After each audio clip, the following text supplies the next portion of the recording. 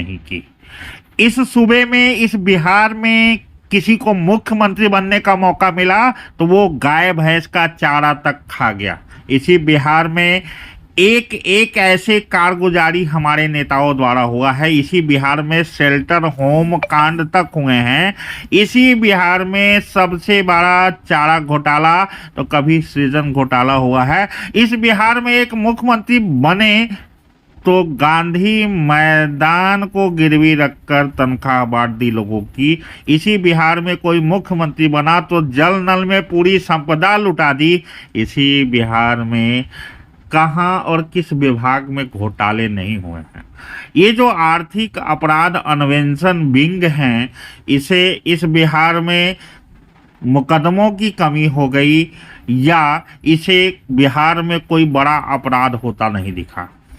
बात एक मनीष कश्यप की नहीं है। वो तो एक लड़का आया, उसका सिस्टम को देखकर दिमाग फिरा और उसने पूरे सिस्टम को हिला दिया।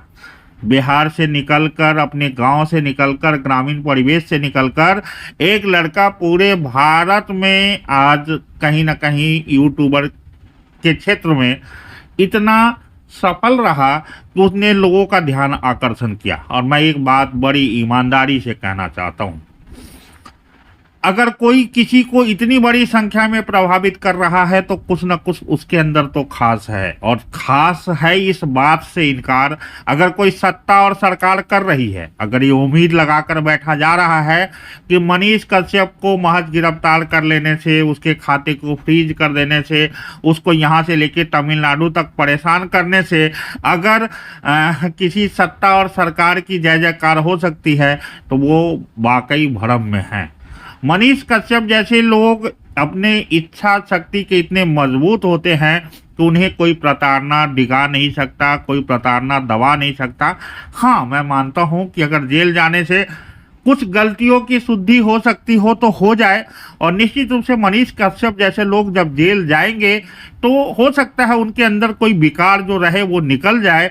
लेकिन वाकई अब छनकर जो मनीष कश्यप आएगा वो बिहार को शायद एक नई दिशा देगा। यहाँ उप मुख्यमंत्री तक बेदाग नहीं है, यहाँ मंत्री तक बेदाग नहीं है, यहाँ कानून मंत्री उसको बनाया जाता है जिसको पहले से कोर्ट ढूंढ रही होती है। इस बिहार में बालिकाएं सुरक्षित नहीं है, बच्चे सुरक्षित नहीं है, रोजाना अपहरण हो रहा है। एनएमसीएच का एक डॉक्टर पुल पर जाकर अचानक गायब हो जा रहा है गांधी सेतु से। वहाँ तक पुलिस को ध्यान देने के लिए नहीं है। पुलिस लगी है तो शराबियों को पकड़ने में या फिर कभी किसी सत्ता और सरकार के इशारे पर मनीष कश्यप जैसे यूट्यूबर को पकड़ने में। मैं मानता हूं कि कौन सा ऐसा इंसान है धरती पर जिसने गलती नहीं की होगी।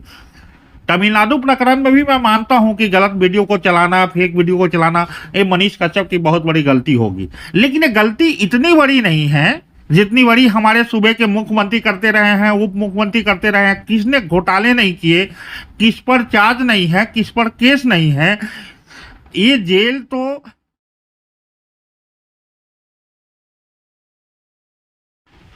जेल अपने तमाम भर जाए। सच कहा जाए तो अपने नेताओं से, आपके नेताओं से ये जो जिला अध्यक्ष, प्रखंड अध्यक्ष से लेकर जो सीरीज चलती है भ्रष्टाचार का, मुझे लगता है कि ये सबसे बड़ा धोखा तो वो लोग करते हैं जो चुनाव के समय पर नेता को बढ़िया बताकर, आपसे वोट दिलवाकर ऐसे गधे नेताओं को चुनवा लेते हैं जो विधानसभा और लोकसभा में बैठकर यह निर्णय करता है कि किसका अपराध बड़ा है और किसका छोटा। इस बिहार की धरती पर शायद ही कोई ऐसा नेता हुआ हो जिसका कोई अपराध न रहा हो, जिसका कोई आपराधिक छवि नहीं रहा हो, जिसका कोई आपराधिक इतिहास न रहा हो, जिस पर कोई केस मुकदमा लंबित न रहा हो।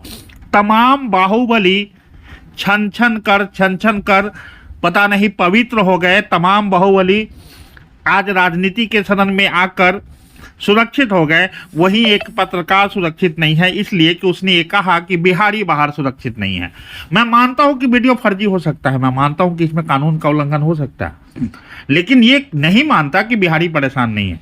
कौन सा ऐसा राज्य है जहां फूल माला लेकर हमारा स्वागत हो रहा होता है बिहारी के तौर पर? हर राज्य, हर प्रदेश में हम प्रताड़ित ही तो हैं। और इस सच्चाई से इनकार कोई सत्ता में बैठा हुआ नेता कैसे कर सकता है, कोई अधिकारी कर्मचारी कैसे कर सकता है कि एक बिहारी हर जगह प्रताड़ित है? मैं मानता हूं कि इस बिहार में जिसको भी मौका मिला उसने अपने अपने तरीके से कुछ गलत और सही किया है। आपका मंत्री, आपका संतरी, जिसको भी जहां मौका मिला है उसने कुछ न कुछ अपराध किए हैं, उसने कुछ न कुछ घोटाला किया है। इसी बिहार में तमाम नेता जो आपके विधानसभा और लोकसभा में बैठे हैं, ये क्या आपको लगता है कि दुनिया के सबसे शरीफ लोग हैं? ये अब इनका अपने क्षेत्र में केस नहीं है, मुकदमा नहीं है, कि इन पे चार्ज नहीं हुआ है, कि इन पे मर्डर के चार्जेस नहीं हैं, इनके केसेस लंबित नहीं हैं। बड़े सूबे का मुख्यमंत्री, उप मुख्यमंत्री तक सुरक्षित नहीं है। जहां हम बात लालू परिवार का भी कर लें तो बैल भैंस के चारा तक खा जाने वाले लोग आज राजनीति में देवता बने हुए हैं। और बिहार और बिहारी की समस्या पर बात करने वाला एक यूट्यूबर पुलिस ऐसे ढूंढ रही है जैसे मोस्ट वांटेड अपराधी को ढूंढ रही हो। ठीक है, आपने खाते सीज कर दिए, ठीक है फेक वीडियो था, ठीक है आपने एफआईआर कर दिया, ठीक है आपने गिरफ्तार कर लिया, लेकिन इस सच्चाई से क्या तेजस्वी यादव इनकार कर सकते हैं या नीतीश कुमार इनकार कर सकते हैं कि हर एक बिहारी बिहार से बाहर प्रताड़ित है? और इस प्रताड़ना के एकमात्र कारक अगर हैं तो ये हमारे तमाम नेता हैं, और उसके बाद हमारे नेताओं के दलाल हैं जो हम आम जनता में आम जनता बन के लोगों को भ्रमित करते हैं और चुनाव के समय इस पार्टी को नहीं तो इस पार्टी को वोट दे दो और दिलाने का काम करते हैं।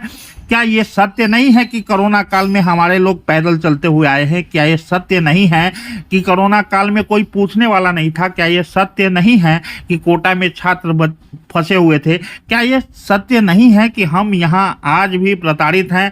हम यहाँ पैदा लेते हैं, हम यहाँ वोट देते हैं, लेकिन हमारे पास यहाँ जी लेने लायक भी संसाधन नहीं है।